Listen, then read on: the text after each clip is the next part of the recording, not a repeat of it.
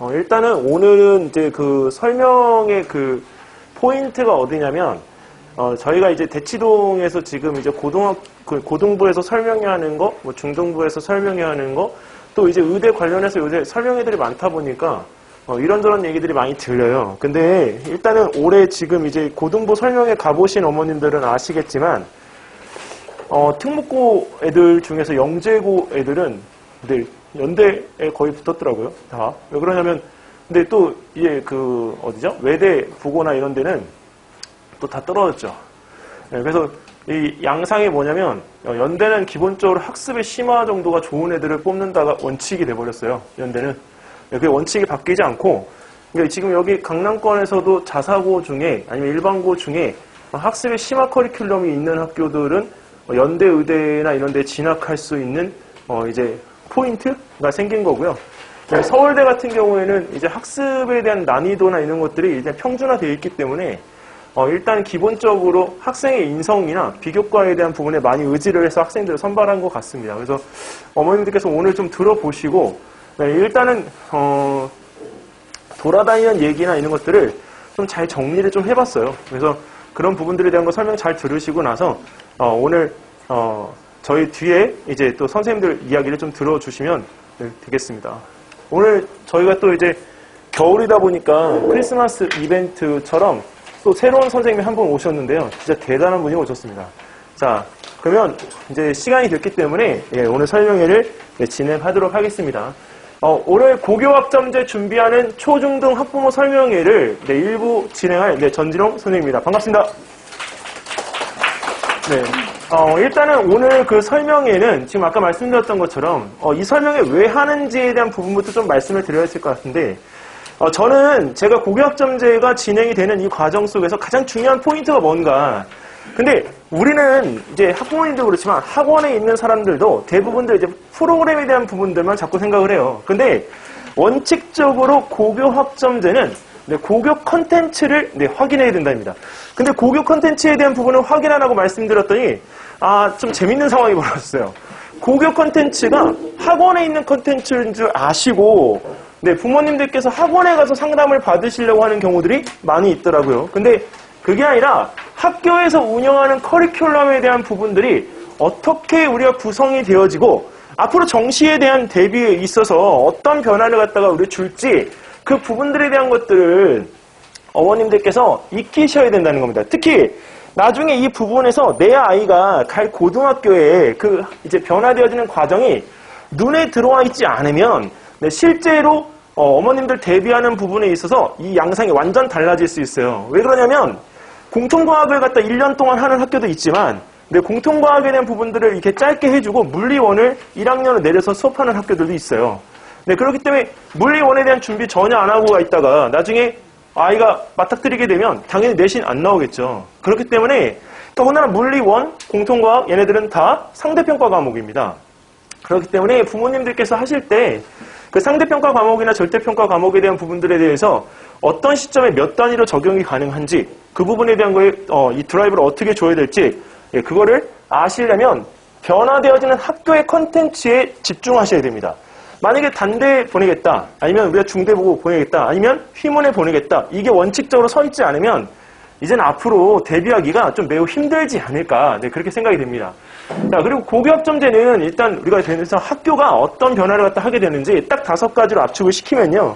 일단은 교육과정이 바뀌죠. 학사 운영 자체가 바뀝니다. 그리고 선생님들의 구성이 달라질 수 있습니다. 내 학교 선생님이 아니어도 내가 온라인으로 수강을 해서 학점을 갖다 딸 수가 있습니다. 몇 학점 따야 되죠, 어머님? 네, 192학점. 네, 그 다음에 성취율은요? 성취율. 학생이 몇 % 넘어야 되죠? 70이요? 40. 네, 출석률은요? 3분의 2입니다. 그래서 그것들을 다 기억해 두셔야 됩니다. 그리고 학습 공간에 대한 부분들도 구조상으로 많이 변할 수 있을 것 같고 고교 체제 자체가 다 변합니다. 그래서 학교들은 점진적인 변화를 갖다가 예고하고 있지만 실제 부모님들께서는 빠른 현장에 대한 대응을 갖다 해주시는 것이 원칙적일 것 같습니다. 그래서 여기 교육과정에 대한 부분들은 다른 구구절절한 얘기 다 빼놓고요. 진학과 취업에 대한 부분들에 대한 이 형태적인 개인별 시간폭 구성이 가장 핵심입니다. 그리고 이 개인별 시간표에 대한 이 구성에서 나만의 시간표를 갖다 짜야 되는 건 진로에 맞는 과목을 갖다 본인이 직접 선택을 해야 되는 거죠. 근데 재미있는 거는 이 진로 과목에 대한 부분을 선택을 할 때 핵심 과목이 있고 권장 과목이 있는데 이게 하나만 해야 되는 건지 다 해야 되는 건지 가산점을 받으려면 어떤 걸 갖다 선택해야 되고 몇 과목을 해야 되는지 이걸 다 머릿속에 계산을 해놓아야 되는 상태가 됩니다. 사실적으로 전형이 명확해졌다라고 해도 과언이 아닐 정도의 방법입니다. 자, 그리고 이 학생이 원할 경우에는 여기 보시면 특목고 수준의 심화 전문 과목에 대한 수강이 온라인으로도 얼마든지 가능하다가 원칙입니다. 자, 그렇기 때문에 학교에서 이제 이 부분에 대한 심화 수준의 전문 과목에 대한 부분들을 이제 오픈시켜놓고 학생들이 듣게 되어지면 지역마다 분명히 차이가 있을 거라고 생각이 되어집니다. 이유는 전주에 있는 친구가 강남권에 있는 학교에 온라인 수업을 들을 수는 없을 거라고 보거든요. 지역 연계이기 때문에. 그래서 지역 자체 내의 네트워크를 통해서 고교 간에 어떤 수업적인 커리큘럼의 완성도가 떨어지는 지역이 있다면 그 지역의 입시 결과는 불보듯 뻔하게끔 됩니다. 그래서 이 심화 전문 과목에 대한 부분들의 구성이 강남 2여기에 어떻게 구성이 되는지를 부모님들이 주의 깊게 보셔야 됩니다. 그러면 어떻게 해야 되죠? 선배 엄마들이 그 학교에서 어떤 과목을 갖다 수강했는지 그 부분에 대한 걸 반드시 명쾌하게 알고 계셔야 되는 거죠. 지금부터는 어머님들이 주변에 계시는 선배 엄마들의 손을 어떻게 해야 되죠? 꼭 붙잡고 다니셔야 되는 겁니다. 네. 그리고 또 하나는 이 부분에서 아까 학사 운영에 대한 부분도 수업 횟수의 3분의 2, 192학점, 학업 이행에 대한 책무, 즉 책임과 의무를 갖다가 부여한다고 원칙입니다. 그리고 먼저 수강했다고 해서 졸업할 수는 없습니다. 그리고 선생님들이 이제 학교 밖의 전문가가 수업에 참여할 수 있습니다. 근데 이것이 어느 정도까지 가능할지는 모르겠으나 기간제 교사로서의 책무인지 아니면 진짜 온라인 강사 같은 그런 학업적인 부분들이 학교로 진짜 진입해서 그 과목에 대한 걸 수강 이수를 갖다가 해주게 될 건지까지는 아직 미정입니다. 언제 결정이 되냐? 2024년 4월입니다. 네, 그래서 그 부분에 대한 것들이 결정이 되어지면 학교 교사의 정체성에 대한 부분이 문제가 분명히 될 것 같습니다. 왜? 그 선생님이 과목이 성적이 문제가 너무 어렵다거나 변별력이 없다거나 만약에 내가 이걸 수강해서 내가 잘못되면 어떻게 해? 네, 그렇게 되면 학교에 대한 신뢰도는 지금보다 어떻게 될까요? 더 바닥이 될 거라고 생각합니다. 그래서 이 부분에 대한 것을 갖다가 할 때 선생님에 대한 부분들이 실제 앞으로 고교들이 해야 될 숙제가인 것 같고요. 그리고 가장 큰 숙제라고 봅니다. 자, 그리고 학습 공간은 이동식 수업과 그 다음에 현학교 공간 구조가 실질적으로 학습 지원을 위한 공간은 아니기 때문에 이 과정에서 변화되어지는 학교들이 살아남지 않을까 이렇게 생각이 됩니다.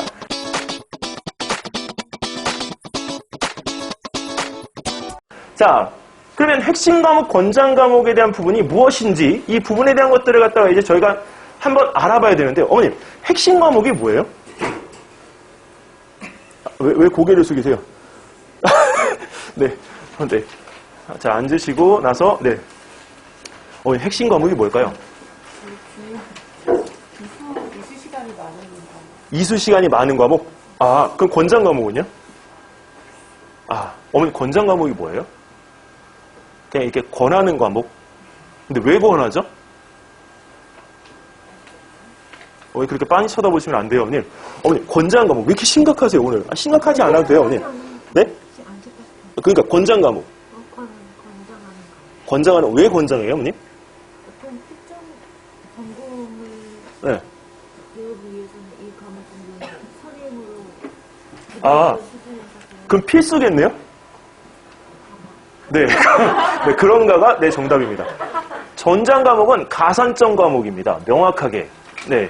그래서 가산점이 부여되는 과목을 어머니들이 학교하고 학과가 결정되면 반드시 체크하셔야 됩니다. 자, 왜 중요해졌을까? 그거는 말이죠. 2024년도 입시에서 수업을 갖다 선택해서 들을 때 학생들이 적극성이 얼마나 있는지 자율성에 대한 부분이 계획적인 학업 태도에 대해서 체크를 하겠다라고 서울대에서 명시를 해버렸습니다.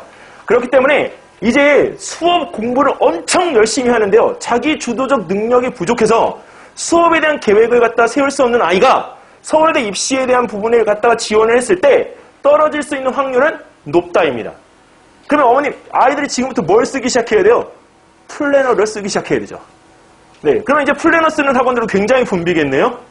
근데 이거 플래너는 자기의 공부 방법에 대한 부분들이기 때문에 이제 실질적으로 학업에 대한 부분을 규칙적으로 할 수 있는 태도하고 내가 이것을 왜 해야 되는지 동기에 대한 부분을 줄 수 있는 요소가 무엇인지를 부모님들이 좀 찾아주셔야 됩니다. 딱 한마디로 표현해서 내가 학습할 수 있는, 그것도 스스로 학습할 수 있는 능력이 뛰어난 것을 증명해라입니다. 그래서 이 증명을 갖다 어떻게 할 건지가 이제 관건인 거고요.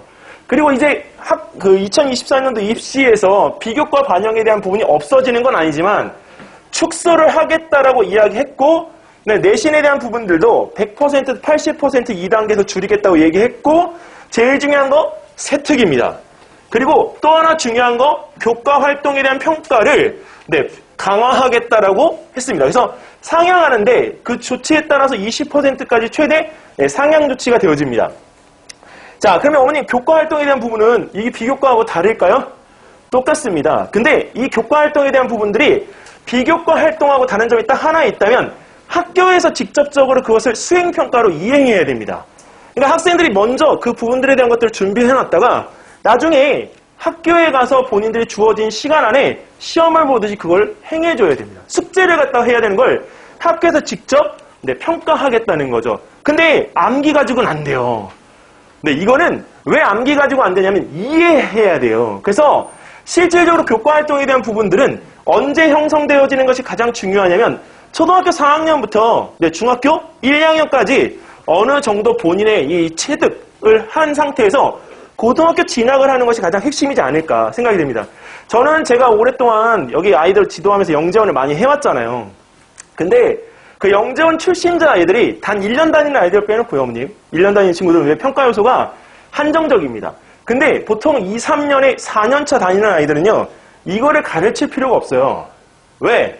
걔네들은 이 몸에 그게 익숙하게 익어있기 때문에 그렇습니다. 그래서 실질적으로 이런 세특이나 교과 활동에 대한 부분들에 대해서 어떤 아이들보다 뛰어나요. 그리고 또 하나는 만약에 그게 안 돼 있으면 어떻게 하냐?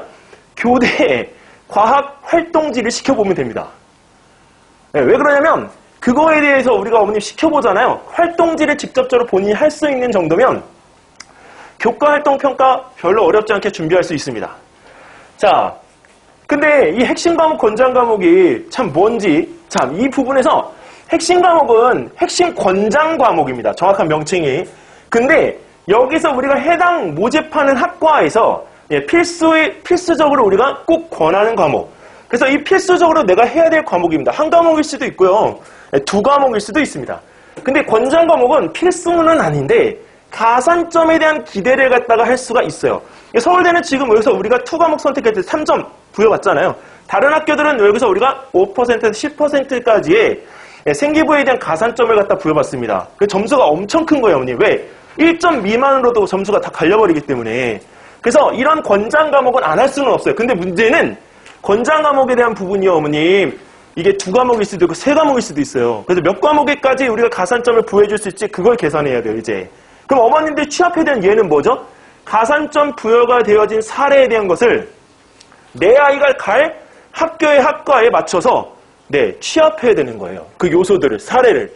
그래서 이제 앞으로 고등부에서 설명하는 그 예에 대한 부분들이 학생들이 예를 갖다 설명할 때 이 가산점을 받을 수 있는 과목에 대한 선택을 어떤 것들을 했는지에 대한 부분의 요소가 이제 대입에서 가장 핵심적인 사항이 되어버렸습니다. 특히 강남권에서 애들이 많이 준비해서 가기 때문에 그런 예적인 부분에 대한 것들을 우리가 알고 있어야 방향이 명확해집니다. 자, 여기 지금 보시면 우리가 생명투하고 미적분을 갖다가 이제 핵심 과목하고 권장 과목으로 했을 때 지원 가능한 서울대의 지원 학과가 어디인지 잠깐 보면 의예는 아닙니다. 근데 여기서 우리가 수의예하고 약학하고 식물 생산과학부하고 응용 생물화학부하고 생물교육과가 해당이 되어집니다. 가볍게 얘기하면. 그래서 이런 것들에 대한 부분들이 나와 있는 거를 이제 대학에서 어머님 다 발표를 할 거잖아요. 머리가 좀 아프시겠지만 학원을 너무 믿지 마시고 이거는 학과를 내가 지정을 해서 그 학과가 이게 매칭이 되는 학과들과 학교를 어머님 지정을 하셔야 돼요, 이제. 근데 이게 언제부터 어머님 가면 좋을까? 이게 복잡한 거를. 고등학교 1학년이요? 늦어요, 어머님. 서초에서 오시는 어머님들이 계시면 미리 준비하십시오. 꼭 고등학교 때 가서 어머님 세화고등학교 가가지고 머리 박 터지지 마시고 네, 중학교 3학년 때 여름방학 때 결정하셔서 내 아이가 갈 학교하고 학과를 네, 꼭 정하십시오. 그리고 여기 강남권에 계신 분들도 안심하면 안 되는 게 그래요. 영재고 준비한다고 공부를 열심히 시켰어요. 근데 영재고스럽게 공부를 시켰기 때문에 수학과 과학은 걱정을 안 해요. 근데 중요한 거는 그 과목에 대한 부분을 내가 잘 할 수 있게끔 맞게끔 공부를 시켰느냐가 중요한 거예요. K모 하다 보면 어머니 다 어디까지만 가느냐? 다 상하까지만 가잖아요. 근데 여기서 원하는 것들은 다 어디예요? 확통하고 네, 미적이에요. 그렇기 때문에 가야 될 부분에서 내가 끝까지 가야 될 때 기하까지 다 할 수 있도록 수학의 끝은 고등학교 올라가기 전에 이미 봐야 된다가 원칙입니다. 자, 네.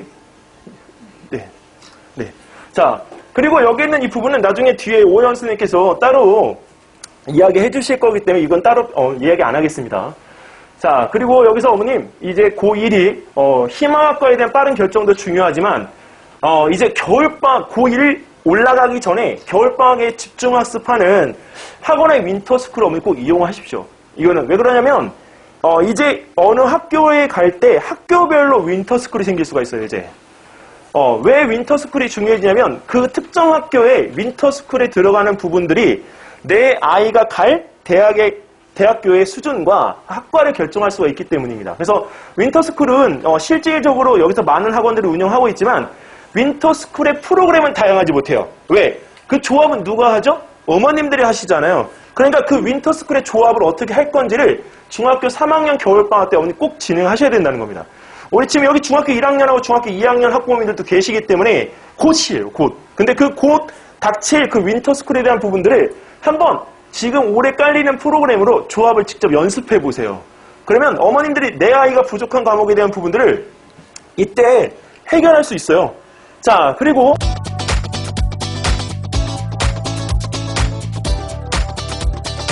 또 하나는 한 예로 제가 이걸 보여드릴게요, 어머니. 저 진짜 이 학교는 좀 뜯어먹듯이 많이 조사를 했어요. 왜? 이게 샘플을 갖다가 보여드리는데 어디까지 보여드릴지. 제가 미래탐구에 있을 때 거기에서 이 대치동에 있는 모든 학교들을 갖다 조사한 자료가 있었어요. 근데 이 단대부고는 2015년도에는 우리가 그래도 그 강남권에서는 정말 좋은 학교 이렇게 했는데 작년에 슬로건을 내걸었더라고요.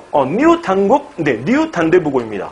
이 진로 상담을 담당하고 있는 8명의 선생님이 새로운 슬로건을 걸고 이제 학교가 지금 변화되어졌습니다. 그래서 단대부고 같은 경우에는 이제 원래 2015년도 전에도 그다음에 지금 현재도 강조하고 있는 게 무엇이냐면 독서 연계입니다.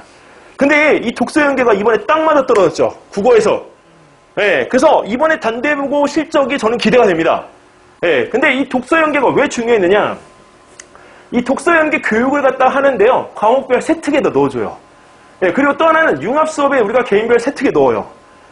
그러니까 지금에 있는 교육 방향 실적하고 어떻게 되냐? 딱 맞아 떨어진 거예요. 단대부고가.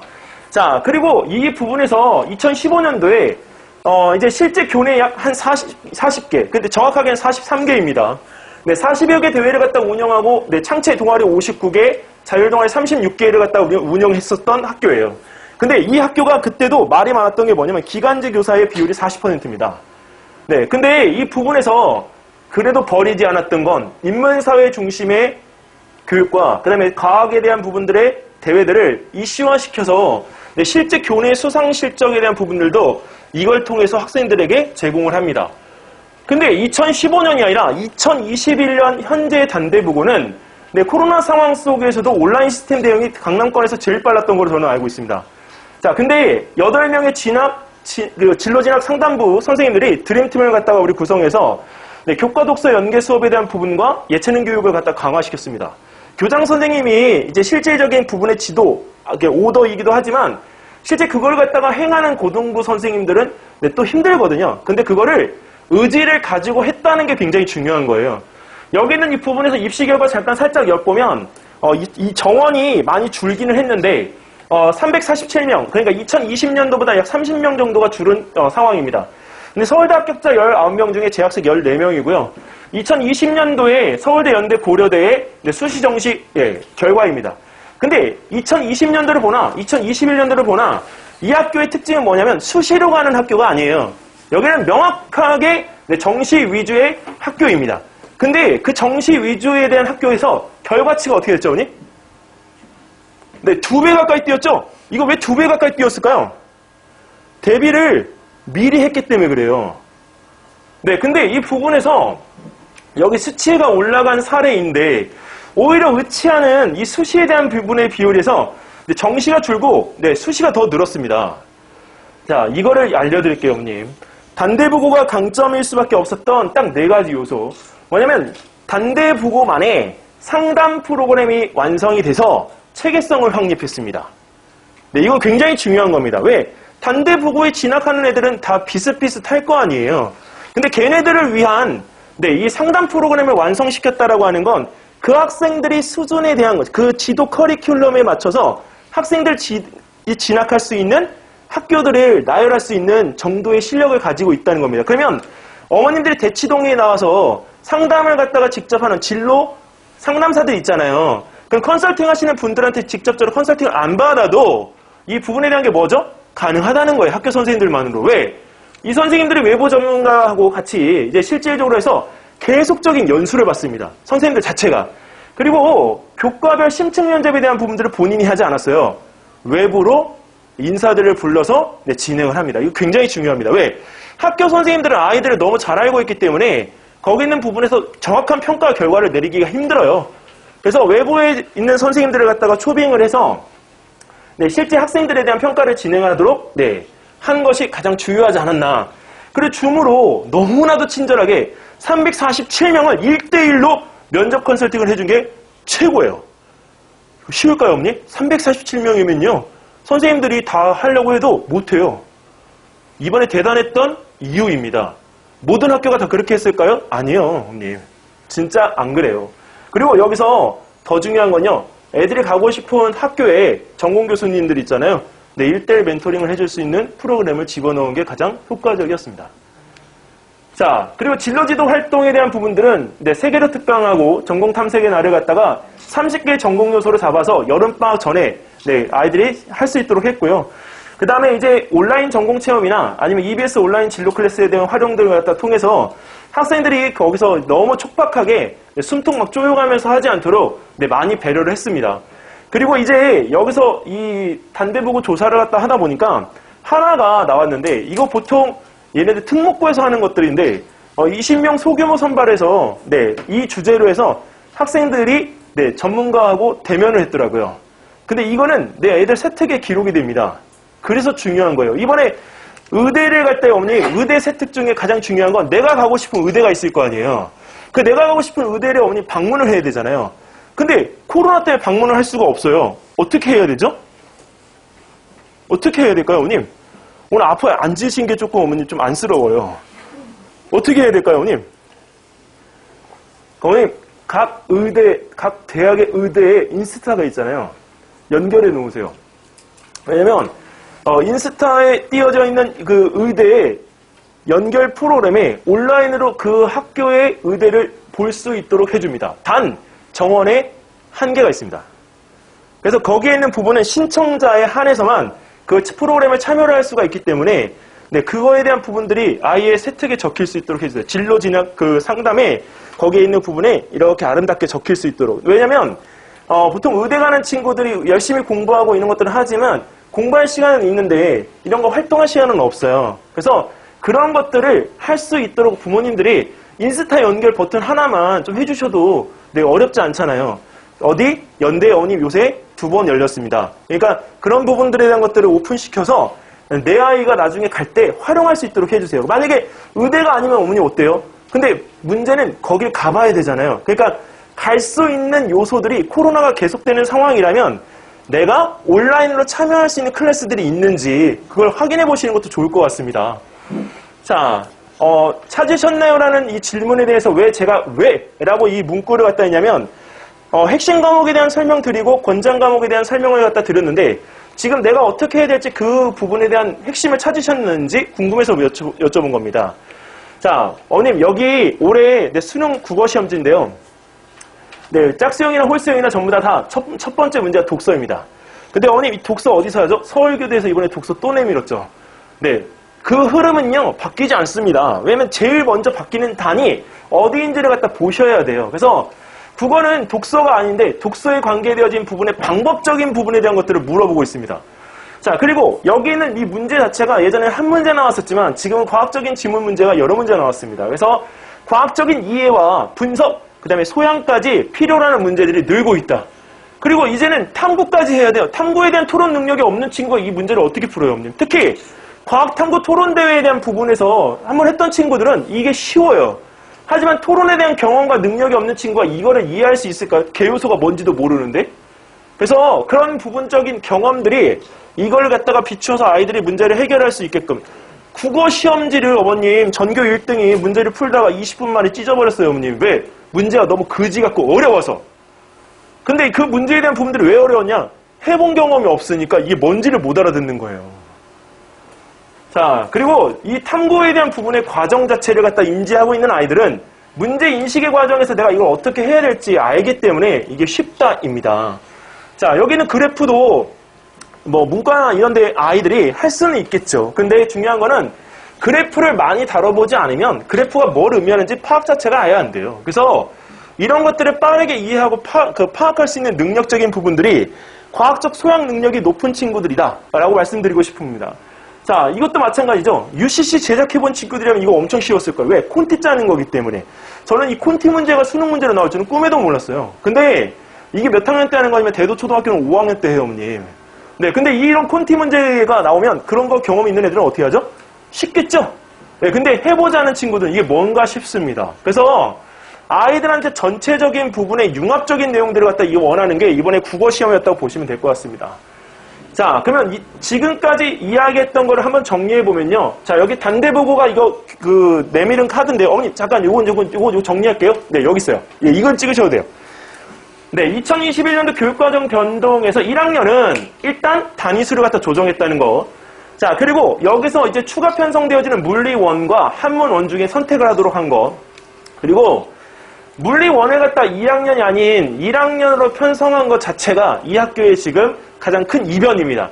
자, 물리원이 1학년 1학기 1단위, 2학기 때는 3단위로 편성되어졌는데, 여기서 2학년 때는 이 과목 중에서 3과목에 대한 부분들만 할 수 있도록, 그리고 시간이 2시간씩 4번이 아니고요. 3과목을 갖다가 3시간씩 3번으로 조정했습니다. 자, 근데 왜 그랬냐면 교감 선생님이 이런 얘기를 하시더라고요. 2학년의 학습 부담을 완화시켜서 늘어나는 정시에 대비하겠다. 이게 핵심입니다. 근데 여기서 늘어나는 정시에 대비를 하는데 몇 %까지 늘어나냐? 50% 넘어갑니다. 57%까지. 근데 여기서 이 정시를 대비하고 있는데요. 여기서 갑자기 이 이야기 나옵니다. 과도한 진도 과정에 대한 설계는 위험하다. 부담스럽다. 근데 실험을 해야 될 시간이 확보돼야 되고 발표를 해야 될 시간이 확보가 돼야 되고 토론의 진행에 어려움이 있어서 그 부담을 완화시키기 위해서 이 프로그램에 대한 개편을 했다. 이게 원칙입니다. 그럼 이 얘기는 뭐예요, 어머님? 이 학교가 정시에 대한 대비도 하겠지만 실질적으로 정시 하나만 가지고 밀고 갈 수가 없기 때문에 거기 있는 부분에서 비교과에 대한 일부도 다 하겠다는 거죠. 근데 왜 이걸 하느냐? 세특을 강화하겠다라고 하는 게 단대부고의 가장 큰 핵심입니다. 그러면 선생님들이 이 활동을 하기 위해서 얼마나 많은 프로그램들을 또 열어놓겠어요. 그렇죠? 그러니까 이 부분에서 정시 대비할 때 이거를 갖다가 어머니 놓치면 안 되는 게 다 비교과 안 해도 돼 이렇게 얘기하지만 결국은 세특을 위해서 뭐를 해야 되는 거예요? 비교과를 해야 되는 거예요. 자, 근데 비교과도 너무 무리하게 하면 되나요? 아니요. 필요한 것들만. 그래서 어머니 각 고등학교에 가시면 이런 것들이 널려 있어요. 근데 이게 뭔지를 몰라서 못 읽어요. 그래서 꼭 참고해야 되는 부분의 포인트고 이거를 읽는 법을 모르시면요. 학원 선생님들한테 물어보세요. 그러면 이거 금방 얘기해 준단 말이에요. 이게 뭔지도 모르고 가서 이게 상담을 받으면 어머님들은 쉽게 말해서 어머님, 네, 홀려요. 네, 홀려요, 진짜. 이번에 어머님 새로 나온 프로그램이 있더라고요. 김영만 씨하고 김숙 씨하고 진행하는 프로그램. 보셨어요? 거기에 나오는 단어가 어머님 호구입니다. 근데 첫 번째 프로그램에 그 렉카차 견인차 기사들 있잖아요. 자동차 정비하는 거. 근데 거기 호구 당하는 거 딱 봤는데 자동차를 어머님 다시는 중고차를 사지 말아야 되겠다 딱 원칙을 그었어요. 네, 꼭 보세요. 근데 어머님 학원도 나올 것 같아요. 네, 제가 이 얘기를 왜 드리냐면 어머님들은 착하시잖아요. 네, 그렇기 때문에 정확한 정보를 가지고 팩트를 가지고 어머님들이 조합하셔야 됩니다. 그래서 이게 아셔야 되는 게 곧 힘이라는 얘기가 이제는 현실이 돼버렸어요. 자, 여기는 제가 이거는 26일부터 진행하는 이 지금 현재 과학 토론 대회인데 이거는 이번에 조금 방향을 바꿨어요. 왜 그러냐면 올해가 이제 이 지금 현재 나온 것들을 보니까 아이들이 그냥 단지 독서 토론에 대한 부분들만 하는 것이 아니고 거기서 시간을 갖다 1시간을 양보해서 탐구 설계를 하려고 합니다. 계획서 쓰는 연습을 시키는 게 아니고. 네, 그래서 여기는 이 부분에서 우리가 이 미세먼지면 미세먼지, 온난화면 온난화에 대한 실험 설계를 갖다 할 수 있도록 학생들한테 제공을 하려고 해요. 그래서 이거는 참고만 해두시면 되겠습니다. 자, 그래서 고교 콘텐츠 변화에 대해서 대응하시고 준비하는 학부모님들이 꼭 되셔야 됩니다. 이건 약속하실 수 있죠? 네. 어머니 누가 대답하셨나요? 네, 어머니 다음에 얼굴 기억하고 있다 제가 꼭 여쭤볼 거예요. 아, 그리고 어머니 저는 진짜 제가 복이 많은 것 같아요. 왜냐면 올해 저는 사실 이분을 여기서 뵐 줄은 몰랐는데 진짜 귀한 분입니다. 2022년 겨울방학 때 이 대치올림피아드 지금 화학이 굉장히 이제 강화가 되고 있고 실제 강화를 시키고 있습니다. 왜? 여기 이 관이 이관이 아니고 무슨 관이냐면 의대관이에요. 그래서 가장 중요한 핵심이 뭐죠? 생물하고 화학이죠. 근데 화학 선생님들 벌써 지금 5분이에요. 고등화학 쪽 하시는 분들이. 근데 이분이 왔어요, 어머님. 화학 추론의 만점자. 누구일까요, 어머님? 네, 저랑 이름이 좀 약간 한 글자가 비슷해요. 아, 자, 이분입니다, 어머님. 네, 메가MD 쪽에 우리 그 화학 추론의 만점자 김홍윤 교수님이 오셨어요. 근데 저희 쪽에서 네, 화학 추론하고 일반 화학하고 네, 올림피아드, 화학 올림피아드에 대한 부분에 연계성을 갖다가 우리가 강의를 해주실 겁니다. 잠깐 인사 잠깐 드릴게요, 어머님. 큰 박수로 맞이해 주시기 바랍니다.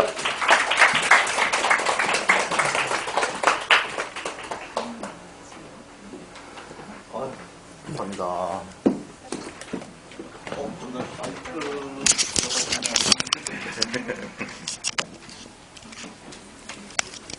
네. 안녕하세요. 저는 김홍영이고요. 그래서 메가MD에서 한 10년 정도 니트, 디트, 피트 수업을 쭉 진행했었고, 그래서 내년이 이제 피트 시험 마지막이거든요. 그래서 약대도 이제 다 대학 입시로 바뀌면서 피트 시험이 끝나고 요 시장이 이제 마무리가 되고, 저도 이제 새로운 수업을 찾고 있었는데, 그래서 수능이나 다른 형태의 시장도 좀 알아보다가 제가 이제 좀 자신 있는, 그래서 올림피아드나 아니면 요 과학고영재고 입시 아니면 그 추론 형태의 문제를 계속 다루는 그쪽 수업을 하고자 요 올림피아드 학원 원장님과 좀 여러 번 미팅을 한 결과 그래서 마인드가 좀 잘 맞아서 그래서 요번 겨울부터 이제 새로운 수업을 진행하고자 지금 기획을 하고 있습니다. 그래서 저에 대한 어떤 자세한 어떤 수업 방향이나 저에 대한 컨셉이나 앞으로 이제 학생들을 어떻게 이끌어 갈지에 대한 거는 다음 주 화요일 날 좀 더, 저에 대한, 그런 설명회를 진행을 하고자 해요. 그래서 오늘은 그냥 처음 그냥 인사드릴 겸, 잠깐 올라왔고요. 그래서 다음 주 화요일에 좀 저녁에, 다시, 저에 대한 여러 가지 수업 방향에 대한 걸 인사를 좀 올릴게요. 그래서 저는 간단히 이 정도만 인사만 하고 내려가겠습니다. 네, 반갑습니다. 고맙습니다. 네. 일단은, 네, 지금 이제 또 진행을 갖다 해야 되니까. 네. 선생님 어디 가세요? 네, 제가 시간을 또 끌어야 되는군요. 일단은 여기 지금 김홍 교수님은 원래 지금 이쪽에서 거의 이제 자리를 잘 잡으셨었는데, 이제 이쪽으로 지금 같이 또 연을 갖다 맺을 수 있는 기회가 왔어요. 그래서 사실은 저는 이게 정말 중요해요. 추론. 네, 왜냐면 추론이 지금 고등부에서 얼마나 핵심인지 알고 계시죠? 근데 중요한 거는 영어 추론이나 이런 것들 말고요, 어머님. 과학은 추론 자체가 해주는 데가 없어요. 그래서 사실 선생님이 오시겠다고 했을 때 저는 진짜 어머님 대박 박수를 쳤어요. 저희 실장님 붙잡고 정말 환호를 했다니까요. 그래서 이 상황에서 이거를 갖다가 어머님 끄집어낼 때 사실은 어떻게 끄집어낼 건가. 특히 화학 원투를 갖다 하고 나서 화학의 원투는 일단 올림피아드 접근을 갖다 할 때 기본적인 정교함이 굉장히 중요합니다. 근데 김홍윤 선생님은 일단 정교함의 핵이고요. 추론을 통해서 정리를 갖다 할 수가 있기 때문에 나중에 어머님들이 믿고 오셔도 될 것 같습니다. 다음 주 화요일 날은 어머니 고고 설명입니다. 네, 그러니까 그거 설명회는 다음 주 화요일 날 8시니까 조금 어머니 아이 데리러 일찍 나오셔서 1시간 반 정도를 함께 하시고 네, 듣고 가시면 정말 알찬 시간 네, 또 잡으실 수 있을 것 같습니다.